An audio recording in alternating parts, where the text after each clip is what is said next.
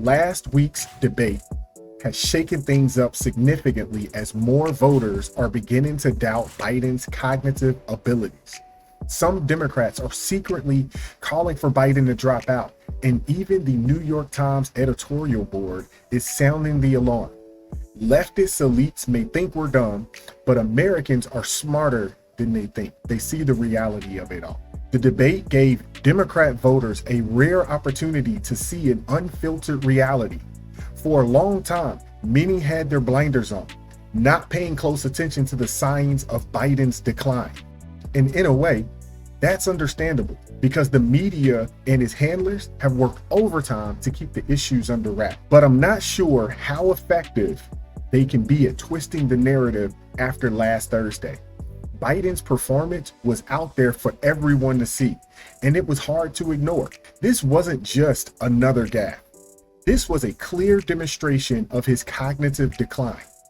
The media's been working overtime the last couple of months to convince us that everything is fine.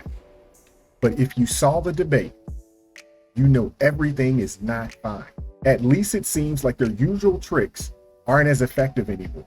They can't keep lying to us about what we're seeing happen right before our eyes. Or the New York Times editorial board called for President Biden to drop out. One of his advisors told CNN today that not only would he not exit the race, quote, there's nothing that voters have indicated that they agree with that. A reminder that it's what voters who will ultimately decide whether Biden's age or Trump's lies and character issues are the most important factors in the race. Last night and today, our Gary Tuchman spent time speaking with voters in the battleground state of Georgia who watched the debate.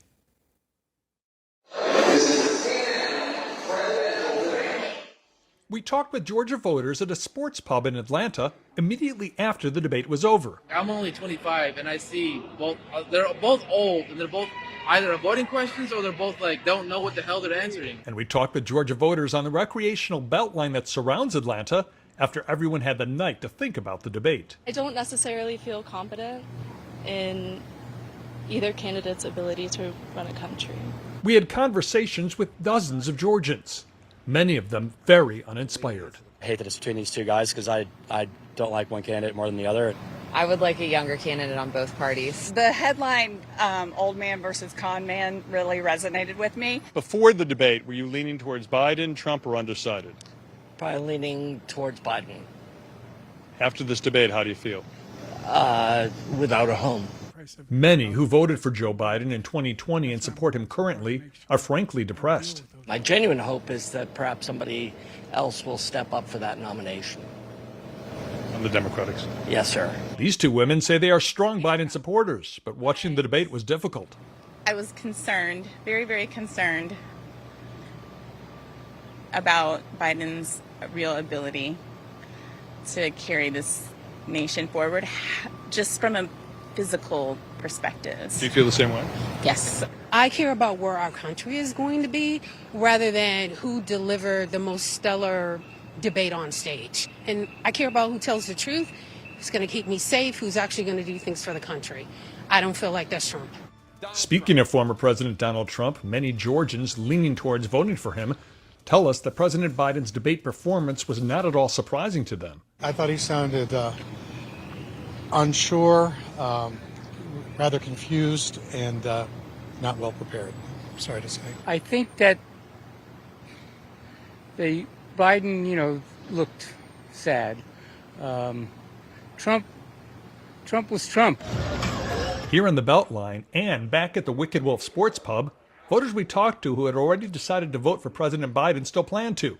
And voters who support Donald Trump aren't planning to abandon him at the ballot box either. But we did find a few undecideds who may be on the verge of a decision. I thought that Trump, in this debate and overall, I think he's more reasonable and more cogent and more, thoughtful than what he was 4 years ago. I'm undecided, but I'm thinking of voting for Trump. I was pretty undecided. What are you thinking now? I'm leaning more towards Biden. And we also found some people who feel like this woman. I think that we could all benefit as a country from someone other than the two options that we have today. One is a convicted felon, and the other was unable to coherently explain his stance yesterday. So who do you vote for? I'm not sure if I will vote because of it. Let's not forget that Trump is only a convicted felon because the Biden administration has been weaponizing the justice system to go after their political opponents. It's a classic tactic. If you can't beat them at the polls, you try to take them down through the courts. And even though some Americans are still not seeing through it, many more can't ignore what they saw on Thursday. Voters are speaking out, and it's not looking good for the Democrat establishment. A new CBS News poll found that 72% of voters now say they don't think Joe has the mental or cognitive health to serve as president. Just let that sink in for a moment. We're talking about nearly 3/4 of voters. It's no surprise that people are questioning his ability to lead. We've all watched the debate. It was like watching a car crash slow. It was like a car crash in slow motion for Joe. Democrats are scared, and they should be.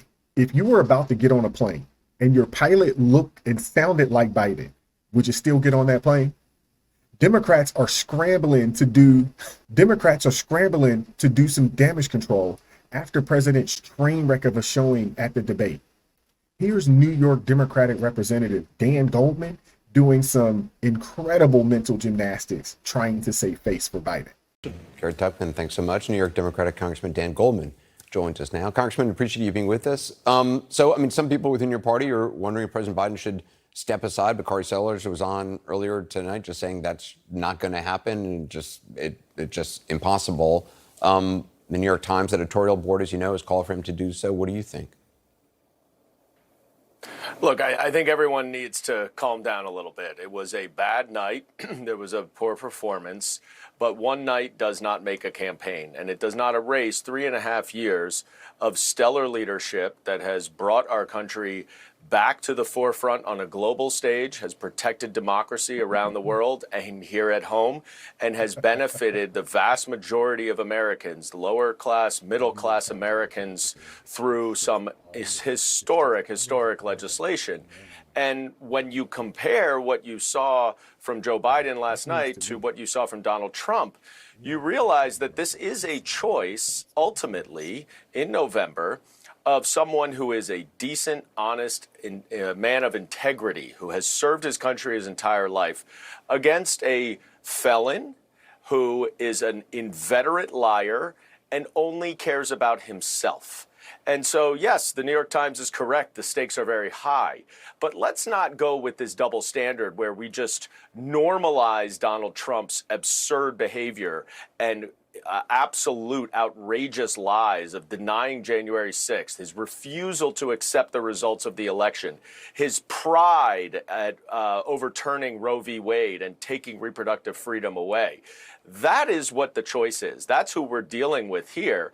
And ultimately, it's convenient for the New York Times to say, oh, Joe Biden should step down. Why aren't they saying that Donald Trump should step down? They're just always apologizing and normalizing for Donald Trump. And frankly, Anderson, that's what happened last night on the debate stage. Nobody fact-checked Donald Trump when he was blatantly lying over and over and over again. The New York Times editorial board is just always apologizing and normalizing for Donald Trump. Well, that's news to me. We all know that the New York Times and CNN are Trump's biggest fans. But on a serious note, really? This is lunacy. It's almost laughable, normalizing Donald Trump's absurd behavior. But it just goes to show how desperate and out of touch some leftists are. Democratic Congressman Dan Goldman suggesting that leftist media has been normalizing Donald Trump's behavior and that everyone needs to calm down is almost comical. We're on the brink of a nuclear war, and Jill Biden, a former school teacher, seems to be the one that's running the country. What's absurd is that we have a vegetable for president right now. They keep bringing up Roe versus Wade. Is Joe Biden not the president right now? He could have issued an executive order to codify Roe versus Wade, but did he? No, because for them, it's not about results. It's about repeating the same narrative for political control. The choice is clear. It's a choice between results for the American people versus empty promises and deceit. The irony is rich here. The same people who have been telling us for years that Trump is the devil incarnate are now trying to convince us that CNN and the New York Times are running cover for him. It's absurd. And the fact that Goldman is out there saying this with a straight face just shows how disconnected he is from reality. Or he is just straight up lying. But this goes to show the level of panic we're seeing within the Democratic Party. Even Anderson Cooper doesn't seem to be convinced by the congressman, because he had the same talking points that Kamala Harris had Friday evening as well. Democrats are stuck between a rock and a hard place. They know Biden can't win another term, at least not fairly. Let's take a look at what voters in the usual Democrat strongholds seem to think. With the election coming in 2024, what do you think is going to happen? We're going to have more problems.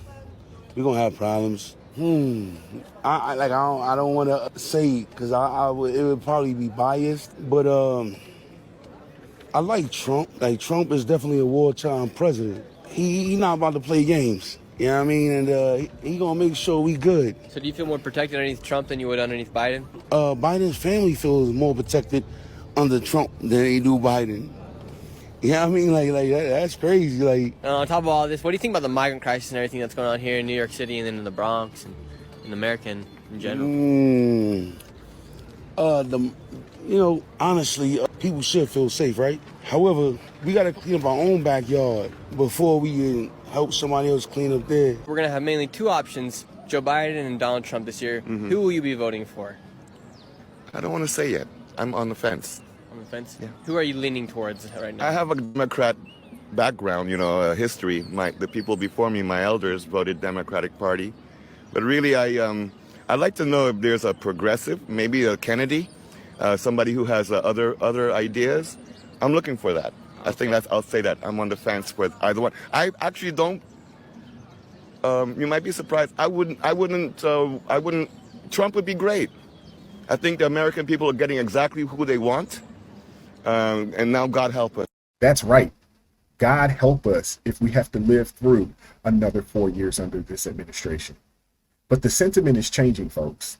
A new report indicates that Republican leaders in New York and New Jersey are becoming increasingly optimistic that Trump could be the first Republican to win their state in decades. According to a recent Siena College poll, Trump is trailing Biden by just 8 percentage points in New York. That's within striking distance. And internal polling suggests that the election in New Jersey is a toss-up. I mean, that's not shocking, given that Trump's rally in Wildwood, New Jersey drew 100,000 supporters back in May. The debate performance has only added fuel to the fire. Republican candidates in swing districts are seeing a boost as voters react to Biden's poor showing. This could mean significant gains for the GOP in the House and possibly the Senate. Even blue-leaning voters in traditionally Democrat strongholds are starting to wake up to the reality of Biden's presidency. Biden's debate performance has Democrats in a frenzy. You'll always have some of the usual suspects bending over backwards to shield for Biden. But the fact that even some Democrat leaders and editorial boards are calling for him to step aside is telling. They know they're in trouble, and they're trying to figure out how to salvage this mess. The Democrats are scrambling, but it might be too late. The tide is turning, and the American people are ready for a new direction. But what do you guys think? Could we be witnessing a major political shift? Do you think Trump can really flip these blue states? Let me know in the comment section below. Like, share, subscribe to the channel. Consider joining the ARP family. It supports the team, it supports me, it supports the channel. It gives us the ability to produce this type of content for you guys on a day-to-day basis. I appreciate each and every person that has joined the team thus far. Keep God first in your life, stay prayed up, and I'm gonna catch up with you all next time. Peace.